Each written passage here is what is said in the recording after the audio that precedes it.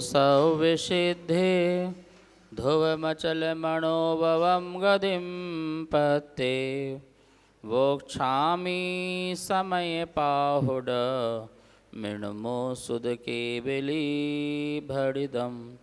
नमो अरिहन्ताडं नमो सिद्धाडं नमो आयर्याडं नमो उवज्झायाडं नमो लोये सौवसाहुडम। तो यहाँ जो समय सार परम मांगलिक ग्रंथ है, आचार्य भगवान इतनी बढ़िया बात बता रहे हैं कि किससे तू रुष्ट होता है और किससे तू तुष्ट होता है। दूसरों के द्रव्य से, दूसरों के गुणों के परिणमन से तुझे रुष्ट और तुष्ट होने की ज़रूरत नहीं है। जब आप अष्टपाहुड़ पढ़ेंगे तो वहाँ भी यही बात कही गई है कि तू मुझे एक बात बता दे, तू किसको देख करके क्रोध करता है, इसका समाधान बता दे तो कल से मैं भी क्रोध करूं।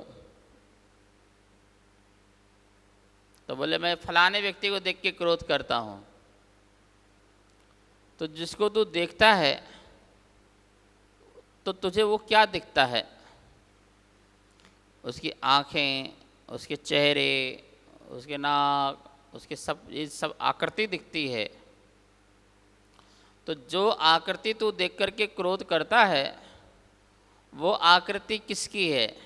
चेतना की है कि मिट्टी की है?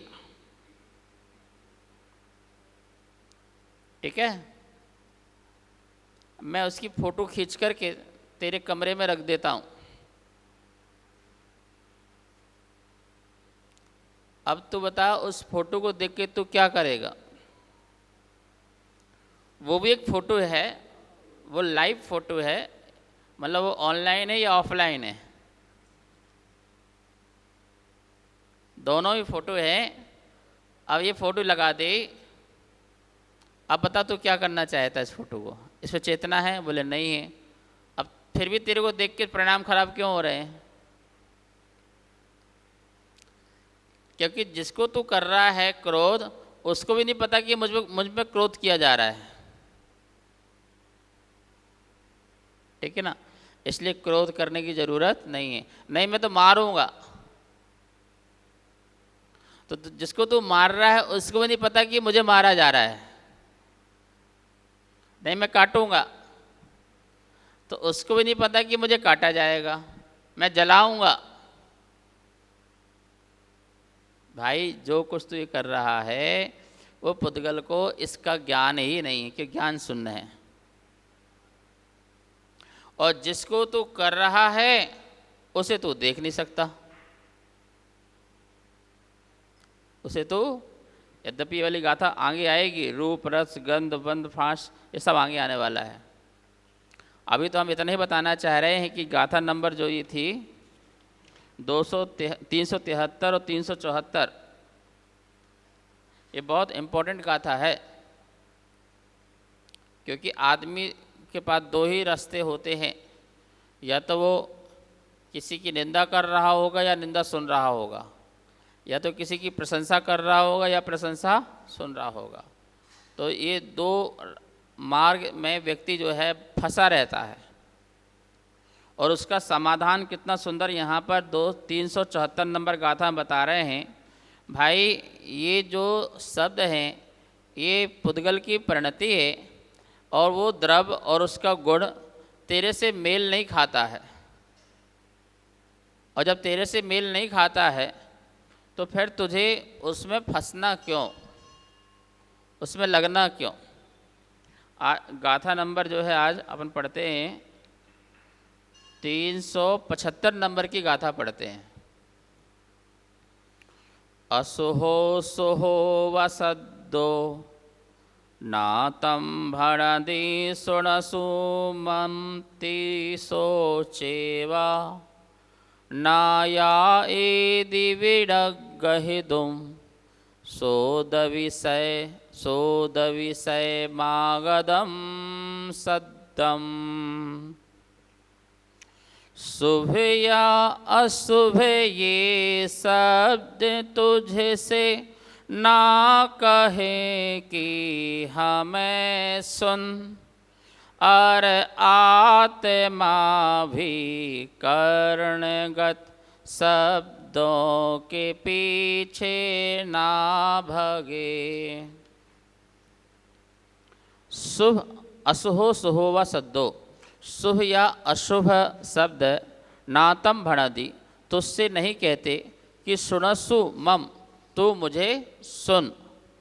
और सो दवीय मागधम सद्दम, कर्ण इंद्री के विषय में आए हुए शब्दों द्वारा तीसो चेवना एदी विणक गहिदुम, तू आत्मा भी खींचकर अपने स्थान से च्युत होकर जबरदस्ती उन्हें ग्रहण नहीं करता। दो बात कह रहे हैं, एक तो शब्द ये नहीं कहता कि तू मुझे सुन, और एक आत्मा भी उसे जबरदस्ती खींच करके ग्रहण नहीं करता है कि नहीं तुझे मेरे पास आना ही पड़ेगा, मैं तेरे शब्दों को अपने पास ले ही आऊँगा और इस शब्द को मैं ग्रहण करूँगा ही करूँगा। तो दोनों बातों में ये है कि शब्द तुझसे ये नहीं कहते तुझे सुन, क्यों? क्योंकि शब्द एक ध्वनि है और ध्वनि पुद्गल की पर्याय है, वो जो है चेतना नहीं है। क्या नहीं है? वो चेतना नहीं है, वो एक पुद्गल की पर्याय है। तो वो तो ये कह ही नहीं सकती कि तू मुझे सुन, तू शुभ सुन, अशुभ सुन, निंदा सुन, प्रशंसा सुन, ये कह नहीं सकती है। इसलिए वो एक चैप्टर तो ख़त्म हो गया, ठीक है ना। अब रहा दूसरा चैप्टर कि आत्मा उसे ग्रहण करे। तो आत्मा में शक्ति नहीं है उसे ग्रहण करने की। क्या करने की शक्ति नहीं है? उसे अपने पास रख ले, अपने पास रमा ले, अपने में जमा ले, अपने में प्रवेश करा ले, तो उसे ग्रहण करने की उसमें कोई ऐसी शक्ति नहीं है कि उसे वो अपने पास परमानेंट रख ले। जैसे आप लोग कहते हो, भाई मुझे इतने सालों से वो शब्द चुभ रहे हैं, आपने हमें इनके सामने उनके सामने ये बात कही थी, मैं वो आज तक नहीं भूल पा रहा हूँ, ठीक है ना। तो आज तक नहीं भूल पा रहा हूँ, तो ये जो अज्ञानी है वो एक सोच रहा है कि वो मेरे पास अभी भी है, जबकि उसकी जो स्मृति है उस स्मृति में वो कसाय के अभिभाग अभी भी डले हुए हैं, ठीक है ना। जब जब वह स्मृति में जाता है और वो कसाय के अभिभाग हैं उनको वो उबालता है, बाहर निकालता है, और उसी से क्या होता है? दुखी होता है, ठीक है ना। आपको गजब की बात बताना चाहेंगे कि भूत भविष्य जो बातें हैं वो कुछ नहीं है, जो है सब वर्तमान है। आप 10 साल का कोई प्रसंग याद करोगे तो वो 10 साल पुराना नहीं होगा, वो प्रसंग आपका अभी का वर्तमान का होगा, क्योंकि पर्याय वो गई। अब प्रेजेंट पर्याय में जो आप सोच रहे हो वो आपकी प्रेजेंट की पर्याय है। ऐसी आप भविष्य को लेकर के जो सोच रहे हो वो भी आपका प्रेजेंट ही है, क्योंकि आप भविष्य में परिणमन नहीं कर रहे हो, वो अभी आप इस रूप में परिणमन कर रहे हो। तो वो पर्याय आपकी क्या है? वर्तमान काल की है। तो वो कसाय आपकी भूत की नहीं हुई, वो कसाय आपकी भविष्य की नहीं हुई, वो कसाय आपकी क्या हुई? वर्तमान की हुई। आप भले पीछे का प्रसंग लेकर के या आगे की कल्पना का प्रसंग लेकर के आप सोचो, लेकिन वो आपकी जो परिणमन है वो परिणमन आपका वर्तमान का है, तो वो कसाई भी आपकी वर्तमान की है। तो इसका मतलब भूत चला गया है और अभी भविष्य आया नहीं है, तो तुम अपने आप को जो दुख दे रहे हो वो वर्तमान के परिणमन से ही दुख दे रहे हो। बेमतलब का फालतू सोच सोच करके उनने ऐसा कहा, उनने ऐसा बोला, वो लेकर के आप अपने आप को क्लेशमय कर रहे हो, संक्लेशित परिणाम कर रहे हो। यहाँ एक बात कही है, शुभ और अशुभ, ठीक है ना, दोनों बातों को समझना है। अब आप बोलेंगे ठीक है महाराज, अशुभ से तो कोई दिक्कत नहीं है, शुभ तो अच्छे होते हैं ना। अब आप हमें सुना रहे हैं और हम सुन रहे हैं, ये तो शुभ ही है ना, अशुभ तो नहीं है। तो इस अशुभ को तो हम सुने,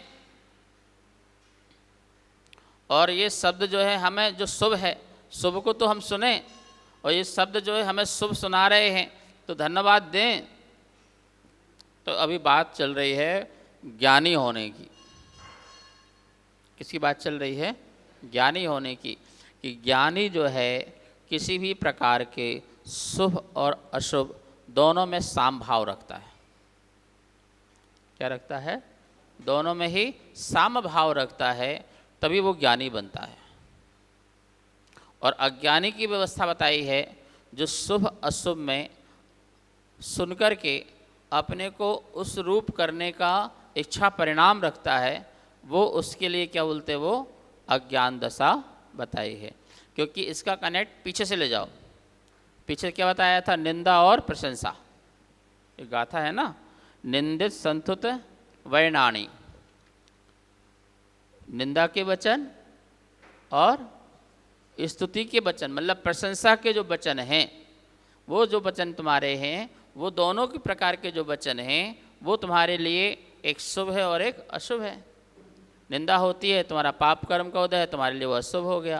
प्रशंसा होती है, तुम्हारा पुण्य कर्म का उदय है, तुम्हारे लिए वो शुभ हो गया। तो ये शुभ अशुभ जो रूप हैं, वो शब्द जो हैं, यद्यपि शब्द कभी शुभ अशुभ नहीं होते, अभिप्राय शुभ अशुभ होता है।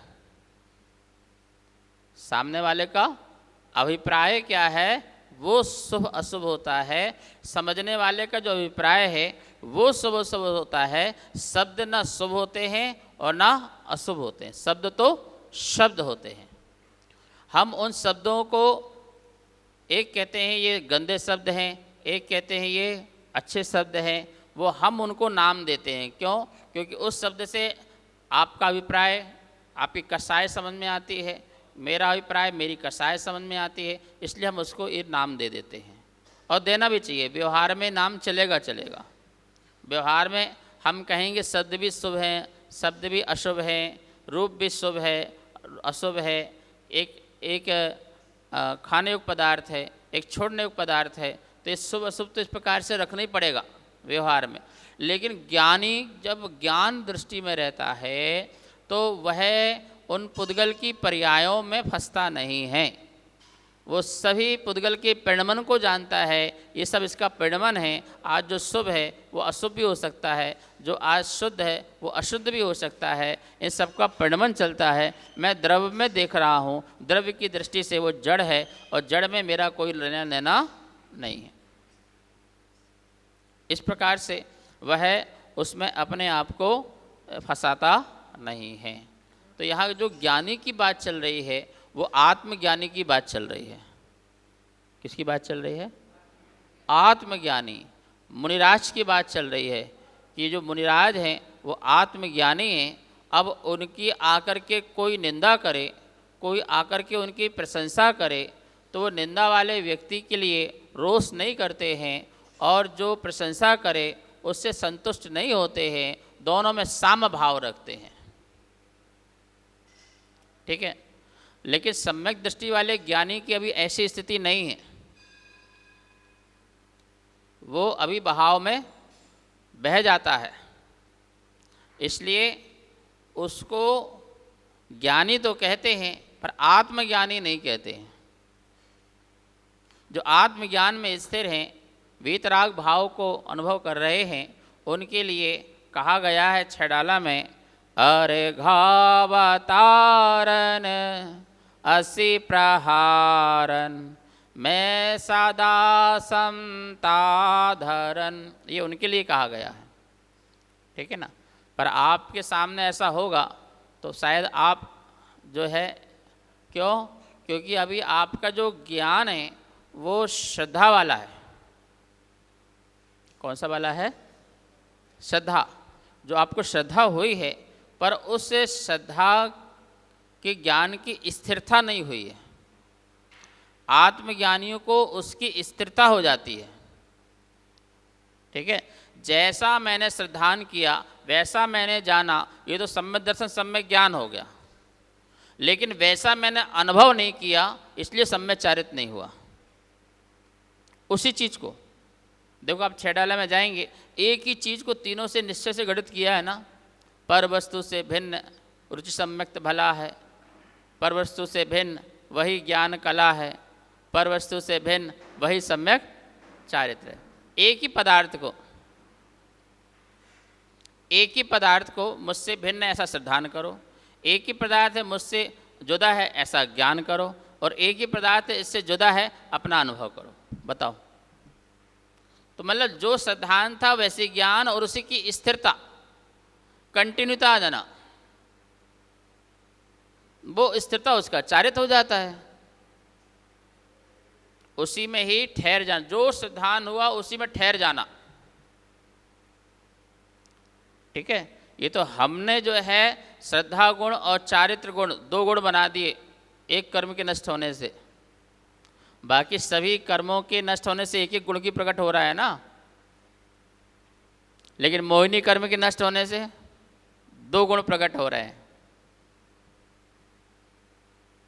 श्रद्धा भी और ज्ञान भी। और देखा जाए तो चारित्र भी प्रकट हो रहा है, मतलब श्रद्धा और चारित्र दो चीज प्रकट हो रहे हैं। ज्ञान तो ज्ञानावणी कर्म के नष्ट होने से, तो श्रद्धा और चारित्र, तो देखा जाए वही श्रद्धा वही चारित्र बन रही है। जो श्रद्धा पहले मुझे कॉन्सेप्ट, सबसे पहले श्रद्धा हुई, दर्शन मोहिनी पहले मेरा गया, पर जो श्रद्धा होने के बाद भी मैं अनुभव नहीं कर पा रहा हूं। क्या नहीं कर पा रहा हूं? मैं तो पक्का ये कन्फर्म हो गया मेरे श्रद्धा ज्ञान में, भाई ये परमाणु मात्र भी मेरा नहीं है, पक्का बिल्कुल। और अभी आ जाए बिल्डोजर वाला, बिल्डोजर बाबा आ जाए, एक बाबा पैदा हुए हैं बिल्डोजर बाबा, यदि वो आ जाए, बताओ। अभी मंदिर में कह रहे थे समय सार समय पढ़ते समय, अन्नम परमाणु में तम भी, एक परमाणु भी भैया मेरा नहीं है। और फोन आ गया, भैया वो तोड़ने खड़ा हुआ है, जा वाणी के ज्ञान से रखो। और अभी देखते हैं कि एक परमाणु भी कैसा मेरा नहीं है।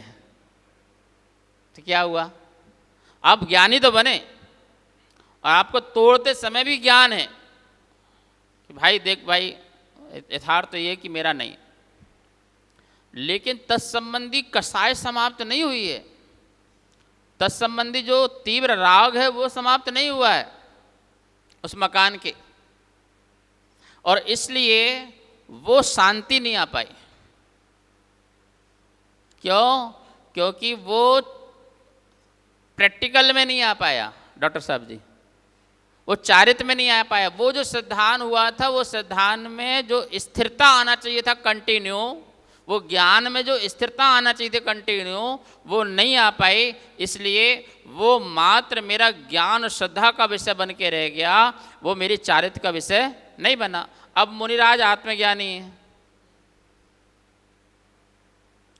उनका कोई समान अवधान तो कुछ है नहीं है। अब एक शरीर है, अब इसका परिसर उपसर्ग कुछ भी आए तो क्या करेंगे बताओ?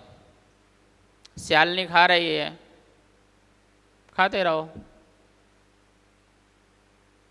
कुर्योधन जला रहे हैं शरीर को, जलाते रहो। सिगड़ी रख दी है, रख दो। क्यों रख दो भाई? क्योंकि जो न जाना था कि ये शरीर मैं नहीं हूं, मेरा नहीं है, वो ज्ञान तो था लेकिन आत्मज्ञान भी था। इसलिए उनको इस शरीर के जलने, टूटने, फूटने, कटने, फिटने से भी उनको 1% भी असर नहीं हो रहा है। इसलिए वो अपने में धुनी में है। आई समझ में आपको? वो निश्चय चारित्र हो गया। क्या हो गया?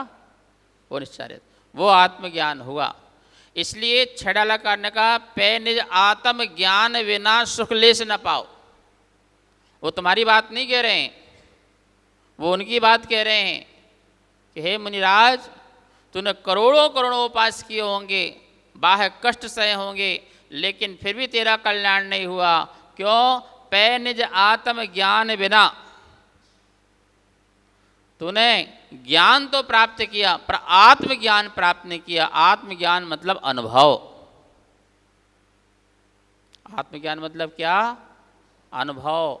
जो तूने आगम से, शब्द से, भगवान की वाणी से, गुरु मुख से सुना था, वो श्रद्धान किया था, वो जो तूने ज्ञान प्राप्त किया था वो तो किया, लेकिन तूने उसका अनुभव, और जिस दिन तू उसका अनुभव लेगा तो आत्मज्ञानी बन जाएगा।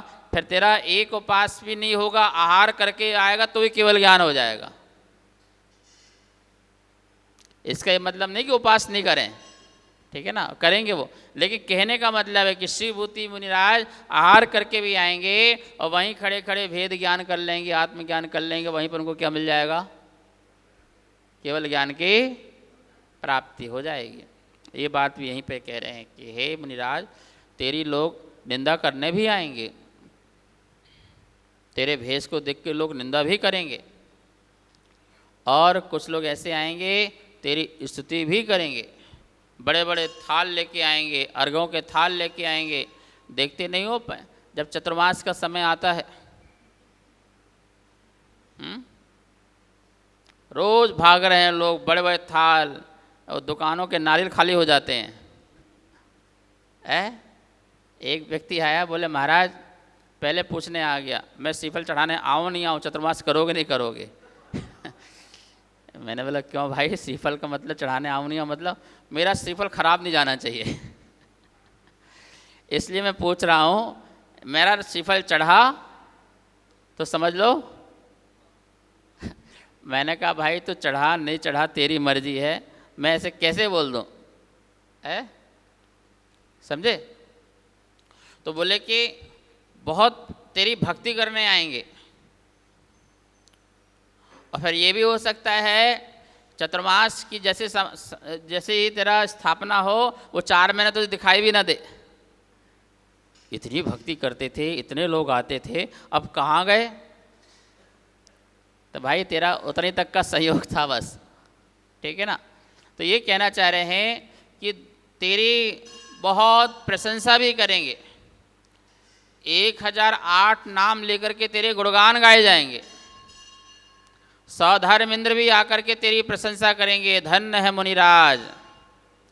वो भजन भी बनाएंगे बहुत बढ़िया बढ़िया, धन्य मुनिराज हमारे हैं, हमें प्राणों से प्यारे हैं। तेरे ऐसे ऐसे गीत गाए जाएंगे, और तो अपने स्वभाव से फिसलना नहीं, इन शब्दों में फंसना नहीं, फंसे तो धड़ाम से गिरे, और ऐसे गिरोगे जो तुम्हें दिखाई देगा या केवल ज्ञानी को दिखाई देगा, दुनिया को दिखाई नहीं देखेगा। ठीक है, तो कितना सावधानी रखा है। विषयों की आशा नहीं जिनके, शाम में भाव धन रखते हैं, निज पर के हित साधन में जो निष्दिन तत्पर रहते, निष्दिन तत्पर रहते हैं, विषयों की आशा नहीं करते, साम भाव रखते हैं। बताइए अब, तो ये कह रहे हैं कि शुभ अशुभ शब्दों को तुझसे नहीं कहते, तू मुझे सुन। जो भी शुभ अशुभ शब्द हैं, ठीक है, वो तुझसे कभी नहीं कहते हैं कि तू मुझे सुन। और कर्ण इंद्रिय के विषय में आए हुए शब्दों द्वारा तू आत्मा भी उन्हें ग्रहण नहीं करता। ठीक है, आत्मा भी उनको ग्रहण नहीं करता, क्योंकि वो कर्ण इंद्रिय ग्रहण करता है। कौन करता? शब्द कहाँ टकराए? तेरी आत्मा से नहीं टकराए, किससे टकराए? कर्ण इंद्रिय से। और कर्ण इंद्रिय से टकरा करके आत्मा को स्पर्शन इंद्रिय के माध्यम से बस इतना पता चला कि यहाँ पर कुछ टकराया है, और टकराने के बाद आत्मा ने उन शब्दों का अभिप्राय समझा। क्या समझा? उसका अभिप्राय समझा, उसका अर्थ निकाला, और अर्थ निकाल करके अज्ञानी उन शब्दों में, शब्द जाल में फंस गया, और ज्ञानी शब्द टकराए, और टकरा के क्या हो गया? शब्द नीचे गिर गए। वो अंदर नहीं ले गया, तो ज्ञानी उस शब्द जाल से फंसने से बच गया। ठीक है? जैसे हम यहाँ बैठे हैं और आप सड़क में कुछ बोल रहे हो, प्रशंसा कर रहे हो, निंदा कर रहे हो, तो मुझे क्या फ़र्क? ऐसे ही सामने साक्षात तुम प्रशंसा निंदा कर रहे हो, कर्ण से टकरा रहे हैं और गिर रहे हैं, जा रहे हैं, उससे मुझे क्या फ़र्क? ठीक है? लेकिन जहाँ फर्क आए, पर से जहाँ फर्क आए वहीं नरक है। क्या है? जहाँ भी फर्क आया वहीं से तुम्हारा नरक प्रारंभ हो गया, और जहाँ फर्क ना आए वहीं से तुम्हारा स्वर्ग प्रारंभ हो गया। स्वर्ग मतलब वो नहीं, चारों गति नरक है क्योंकि चारों के दुखदाई हैं। स्वर्ग मतलब स्व का जो सुख है, आत्मा का जो सुख है वो लो यहाँ पर, यह मेरा अभिप्राय है। तो वहीं से आपका परम सुख की प्राप्ति होना प्रारंभ हो गई। ठीक है? तो इसलिए हमको जीवन को नरक नहीं बनाना, स्वर्ग बनाना है। तो आत्मज्ञानी बनो। क्या बनो? सामभावी बनो, क्षमता स्वभावी बनो, और कम से कम 24 घंटे में 24 मिनट की एक सामायिक करो। और सामायिक में मतलब जाप माला नहीं लेके बैठ जाना, सामायिक में ये पाठ माठ लेके नहीं बैठ जाना। अपना आत्मचिंतन करना, अपने आप को संबोधन करना, और आप क्या हो सकते हो इसके लिए चिंतन करना। आपके क्या गुण हैं, किम निमित्तम, किस निमित्त से आए हुए हो, किद्रगुणः, क्या तुम्हारे गुण हैं, को हम, तुम कौन हो, इस प्रकार का विचार करना। तो तुम्हारी सामायिक में समता भाव आएगा, और समता भाव से ही तुम्हारे अंदर जो है सिद्धत्व प्रकट होगा। शेष विषय कल। जावाणी के ज्ञान से सूझे लोकालो, शोवाणी मस्तक धरो सदा दे तो हो धो। हे जनवाणी भारती तो हे जपो दिन रेन, जो तेरी शरणा धरे सो पावे सुख चैन।